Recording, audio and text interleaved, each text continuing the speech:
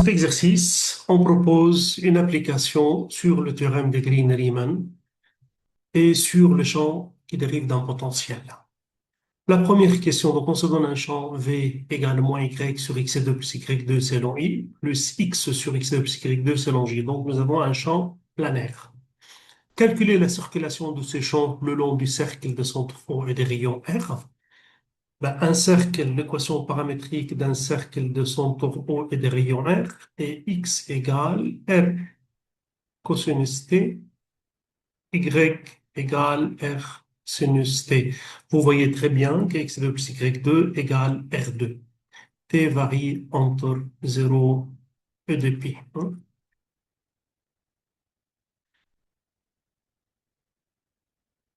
Je n'ai qu'à remplacer donc l'intégrale P dx plus Q dy le long de C. Le sens positif de C, c'est pour cela qu'on a pris 0 de pi, parce que dans un contour fermé, le sens positif, c'est le sens trigonométrique. P, c'est moins Y sur x2 plus y2. Q, c'est x sur x2 plus y2. Il me faut des x et des y.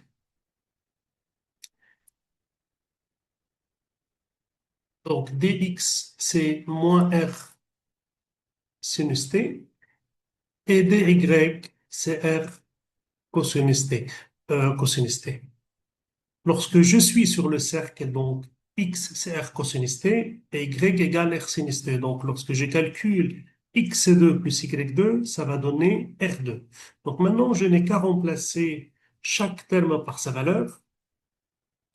Donc x sera remplacé par r cos, y sera remplacé par r sin, x2 plus y2 sera remplacé par r2. Donc en remplaçant chaque terme par sa valeur, j'obtiens l'intégrale 0 jusqu'à 2π, je simplifie par R2, je vais avoir sinus carré plus cosinus carré, c'est 1, donc cette intégrale n'est autre que 2π, c'est indépendant de R même. Je passe à la deuxième question, et il demande déduire que ce champ ne dérive pas d'un potentiel. Si un champ dérive d'un potentiel, alors son intégrale sur un contour fermé est égale à 0. Donc, B, si le champ dérive d'un potentiel, c'est-à-dire si V égale un nabla F, alors l'intégrale sur tout contour fermé de V de M, ça sera l'intégrale sur C de F, la forme de F, et ceci égale à 0 sur tout contour fermé. Sur tout contour fermé.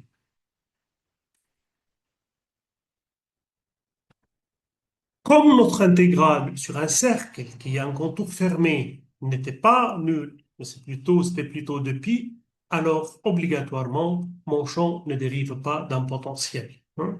Donc, comme pi égale 2π différent de 0, alors le champ ne dérive pas d'un potentiel. Le champ ne dérive pas globalement d'un potentiel, pas d'un potentiel, bien d'une fonction, d'un potentiel.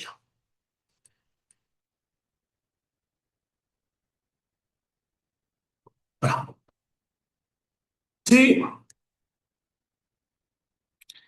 calculer l'intégrale dq sur dx à moins dp sur dy dx dy et expliquer s'il s'agissait ou s'il s'agit d'une contradiction avec le théorème de Green-Riemann. On va calculer l'intégrale double sur d qui est l'intérieur de c. D, c'est l'intérieur de c. C'est le disque, c'est-à-dire de la dérivée de q par rapport à x moins la dérivée de p par rapport à y dx dy. Je vais vous expliquer petit à petit. Donc, on a dit que P, c'était moins Y sur x2 plus y2, et Q était x sur x2 plus y2. Si vous calculez la dérivée de P par rapport à Y, c'est U', donc moins 1, V, moins V', donc dy, fois U qui est moins Y, donc ça fait plus de Y2, sur V2, donc x2 plus y2 au carré. Donc, c'est la dérivée de u sur v, mais je dérive par rapport à y, c'est-à-dire je traite x comme si c'était une constante. Donc, finalement, je vais trouver y2 moins x2 sur x2 plus y2 au carré. La dérivée de q par rapport à x est égale u', donc 1 fois v, moins v', donc 2x fois u, donc x, sur v2, x2 plus y2. Donc, c'est la même chose, c'est la dérivée de u sur v, mais cette fois-ci, j'ai traité y comme constante parce que je dérive par rapport à x. Donc, je vais trouver y2 moins x2 sur x2 plus y2.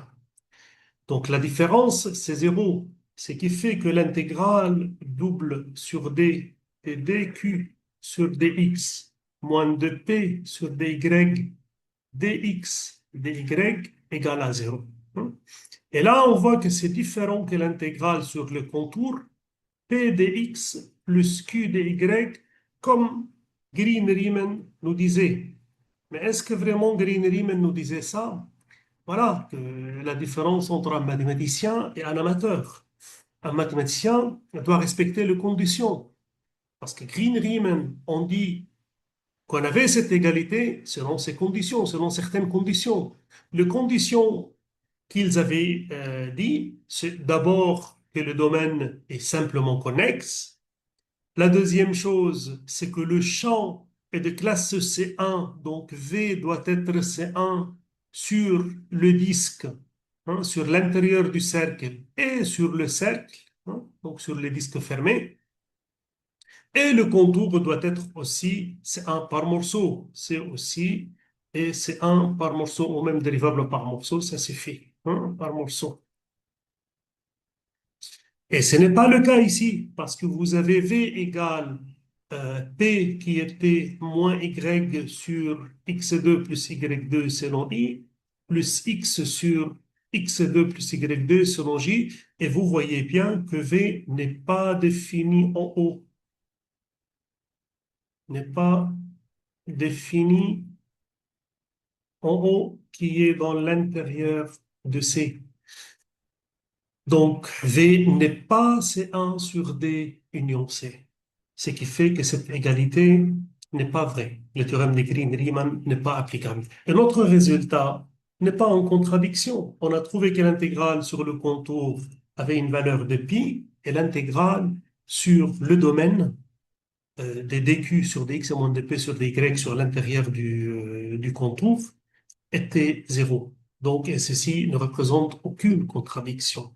Il y a une autre question aussi qui se pose, hein, parce que là, j'ai dit dans la première question que mon champ ne dérive pas d'un potentiel, ne dérive pas globalement d'un potentiel, et pourtant j'ai trouvé que la dérivée de qui sur dx moins la dérivée de p sur dy, enfin, il y a égalité. Et là, nous, on avait dit que ceci suffit pour dire que le champ est un champ de gradient ou bien un champ conservatif. En fait, non.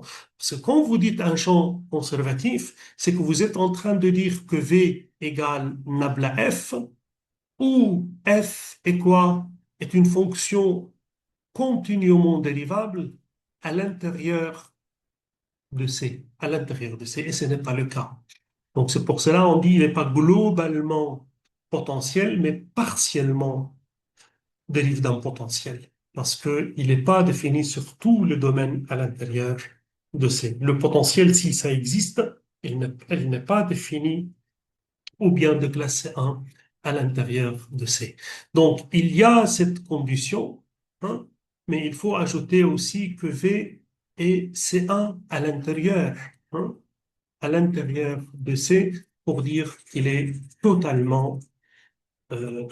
qu'il dérive totalement d'un potentiel.